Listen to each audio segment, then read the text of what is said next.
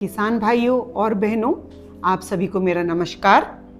मैं डॉक्टर आकांक्षा पांडे, भाऊ साहब भुसकुटे स्मृति लोकन्यास गोविंद नगर में संचालित कृषि विज्ञान केंद्र गोविंद नगर के कृषि संदेश में आपका स्वागत करती हूँ, वंदन करती हूँ, अभिनंदन करती हूँ।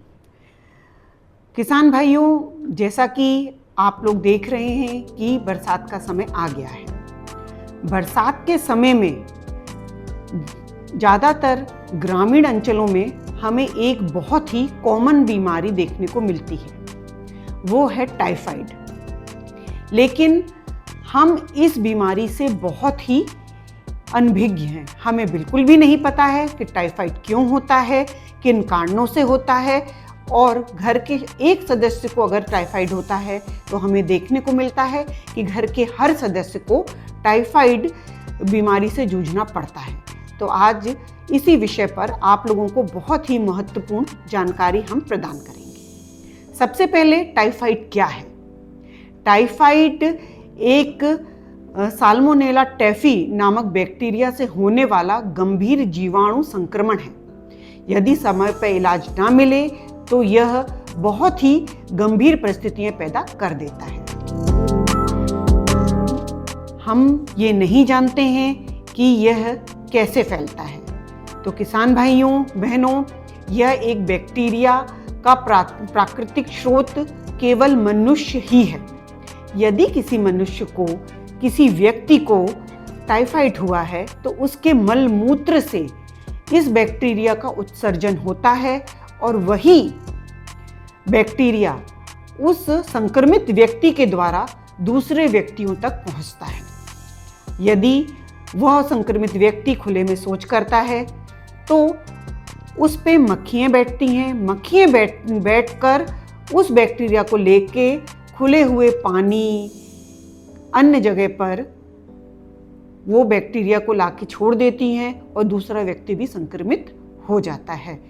तो यह बैक्टीरिया मनुष्य में बनता है और मनुष्य द्वारा ही यह एक से दूसरे में पहुंचता है। अब आप सभी सोच रहे होंगे कि क्या जिस व्यक्ति को टाइफाइड है वो दूसरों को छुएगा तो फैल जाएगा? बिल्कुल भी नहीं। हाथ मिलाने से, गले लगाने से और साथ बैठने से ये नहीं फैलता है। टाइफाइड पे ही आज हम इसलिए चर्चा कर रहे हैं क्योंकि इस विषय में बहुत कम जानकारी है। यह एक बहुत गंभीर संक्रमण है। यह सबसे पहले तो हमारी छोटी आंत में पहुंचता है, उसके बाद यह लिवर, तिल्ली, बोन मेरो और पित्ताशय तक पहुंचता है। और यही कारण है कि टाइफाइड कई दिनों तक तेज बुखार आता है। टाइफाइड में 102 से 104 तक फीवर होता है, सिर दर्द होता है, अत्यधिक कमजोरी होती है, हमारा लिवर कमजोर हो जाता है।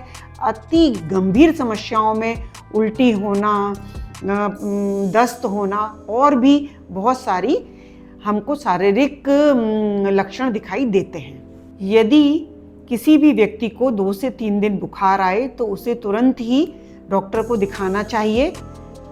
और सबसे ज़्यादा हमें टाइफाइड में खान पान का ध्यान रखना चाहिए, जिसमें मूंग की दाल की खिचड़ी, दलिया, दाल का पानी, सूप, उबले चावल, केला, पपीता और सेब और सुरक्षित पानी, मतलब अच्छे से उबाल कर ठंडा पानी पीना चाहिए। किन चीज़ों से परहेज करना चाहिए? तो सबसे ज़्यादा हमें तला और भुना हुआ भोजन नहीं करना चाहिए, बहुत मसालेदार भोजन नहीं करना चाहिए, खुला और अस्वच्छ भोजन नहीं करना चाहिए और दूषित पानी पीने से बचना चाहिए। सबसे ज़्यादा हमको ध्यान रखना है स्वच्छता का। तो हमें सोच के बाद खाना बनाने से पहले, खाना खाने से पहले 20 सेकंड तक अच्छे से हाथ धोना चाहिए। उसके बाद ही हमको हमारे बाकी काम को करना चाहिए। उसके बाद हमको कहीं भी ऐसी जगह से पानी नहीं भरना चाहिए जो खुला है और संदूषित जगह है। पानी कहीं जहाँ से भर के लाएं वहाँ पर पूरी सफाई होनी चाहिए। भोजन, पानी सब ढका हुआ होना चाहिए और पानी को अच्छे से उबाल कर ही हमको उपयोग करना चाहिए। एक बहुत महत्वपूर्ण बात है कि जब हमको टाइफाइड की दवाई दी जाती है डॉक्टर द्वारा, हमारा बुखार उतर जाता है, शारीरिक लक्षणों में हमको सुधार मिलता है तो हम बंद कर देते हैं। बिल्कुल भी नहीं बहनों भाइयों, हमको पूरी दवाई लेनी चाहिए, जितनी दवाई हमको डॉक्टर ने दी है लेनी चाहिए। यदि दवाई आपने बीच में बंद कर दी तो आपके शरीर के अंदर जो बैक्टीरिया है वो दवाओं के प्रति प्रतिरोधी हो जाएगा और वह फिर और भी खतरनाक पोजीशन में पहुंच जाता है। इसीलिए सभी को मेरा संदेश है, स्वच्छ हाथ, सुरक्षित भोजन, सुरक्षित पानी, स्वस्थ परिवार, समय पर जांच, पूरा इलाज, टाइफाइड से सुरक्षा। आप सभी को मेरा बहुत बहुत धन्यवाद।